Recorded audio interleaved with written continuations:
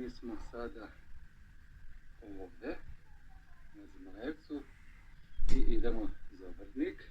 Iz Vrdnika ćemo ići za Jazak, pa Pavlovci, pa ćemo u Rumu doći, Mali Radinci, Dobrodol. Ovdje je punionica, izvor Jazak vode.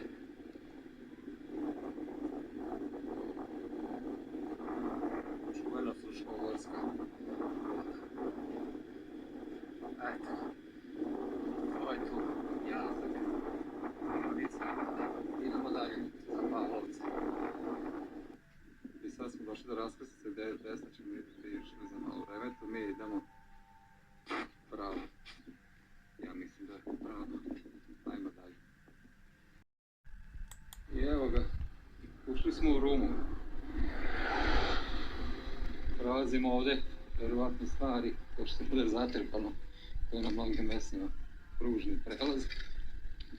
Tu su sa desne strane silosi i idemo dalje. Ovdje se nalazim ja sada u Rumi. Borkovačkog bazena.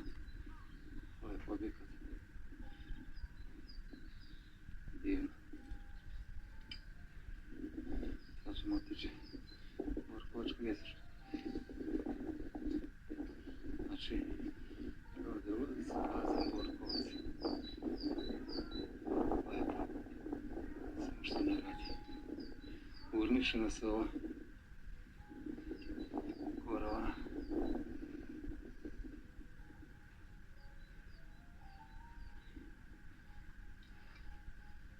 Ovdje je Borkovačka šuma i Borkovačko jezero. Ajmo na jezero.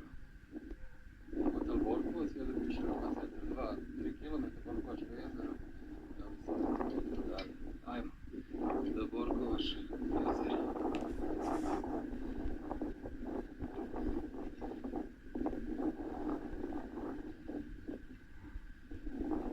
Lepo zelenilo.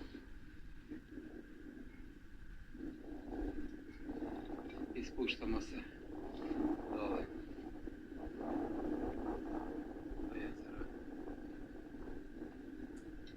I evo ga prilaze jezera.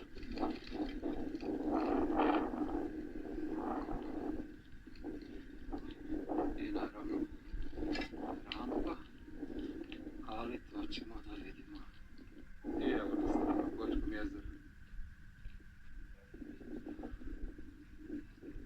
Sa južne strane Fruške gore, neposredno 1-3 km od Rume, nalazi se Borkovačko jezero. U divnom parku.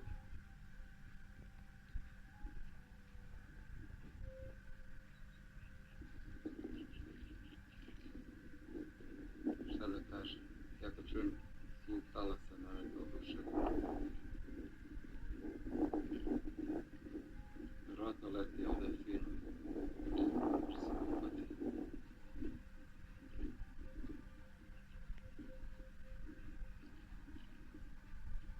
Eto, u daljini se vidi Fruška gora, Iriški venac, crveni čop. To je to. Idemo dalje. Znači jedno jezero. Ali za MTB biciklu nema problema. Idemo dalje. I evo ulazimo u mjesto Žarkovac. Znači to je jedno od tačaka koje se nalazi na ovoj ruti. Malo mjesta nešto. Ali dobro, šta je tu je. Idemo dalje.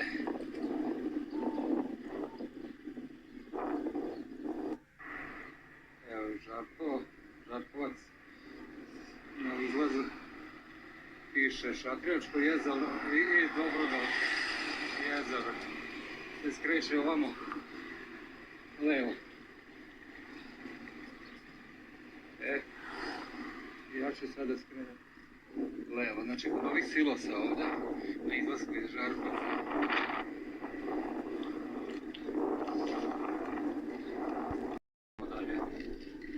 I Dobrodol jezero.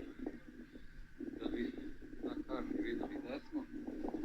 Evo, mi smo ovdje. Znači, you are here, almost. Dobrodol. Znači, Šatrinci, Dobrodol. I idemo dalje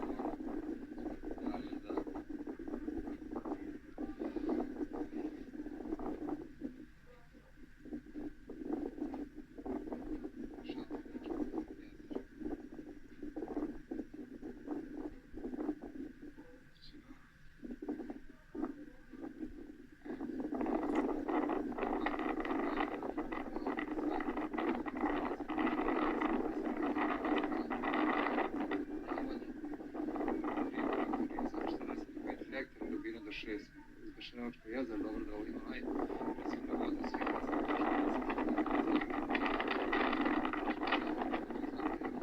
Pravi zakupitelje ribolova. Znači, to je to. Evo ga. Dobrodolovačko jezero.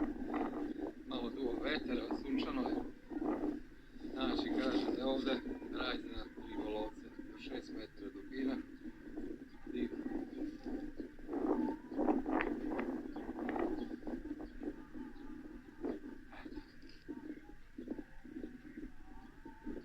divota. Idemo. I evo nas u Jarkovcu, Borac, Pejaković.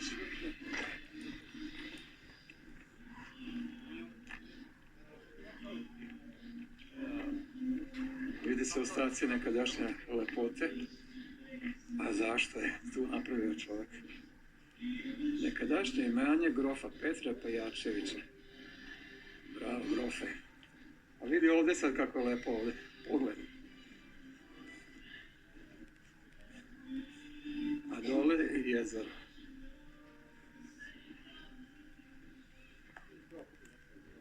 Šteta što je zapušteno ovako lepo. Pogledaj kako je ovdje lepo. Pa nisu ti grofovi bili bre blese, znali su šta rade ljudi. I gdje je jedino što smo mi koji smo nasledili ovako zapustili. Pogledaj ovo, kakva lepota. I na obali jezera. Drugari moji, pecaroši. Ovdje doći na pecanje. Evo ga Jarkovačko jezero, meni se sviđa, mogu misliti da ovdje lepo pecanje. Evo ima pecaroša. Pecaju ljudi, drugari moji pecaroši. Ja ću sigurno ovdje doći.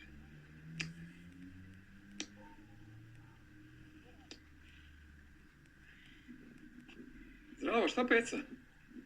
Sad ništa. Mislim ovako je uopšte, šta peca? Je li ovako solidna, lepa? A prvi put sam ovaj godin. Aha. Ovdje stvarno da ničemu znači. O dobro, to su najlepše. Pecaroši, ovdje se sad još malo bolje vidi. Koliko je to veliko jezero, skroz još tamo gore. Zato ćemo mi da se spremimo. Jednog dana. Kaže legenda u nastavku imena moja volja ovoga borca. Kaže, veri se da grof Petar Pejačić ima 99 pustara imanja, jer da je imao 100 morao da izdržava vojsko. Moja volja je bila njegove najmanja pusta. Legenda kaže da je grof Petar bio bojevnik Kosovo, jedan koliko metrasa letnikov se u kartanje izgubio sve osim ove pustare. Tada je njegova žena tražila da se ona karta po svojoj volji sele za sto i sve ponovo vratila, te se zbog toga imanje zvali Moja volja. Druga legenda kaže da je grof Petar imao čerkicu u jedinicu Doru koja je šetala pored jezera i tražila da se po njeme voletu napravi letnikovac. Nada se odredi koliko ja sam veliko i pristupaš, ne može i slobodno da se pecam. I dakle. Eto, ogromno je lepo mesto. Za pecaroše dušu dao. Mogu misliti kad u zeleni.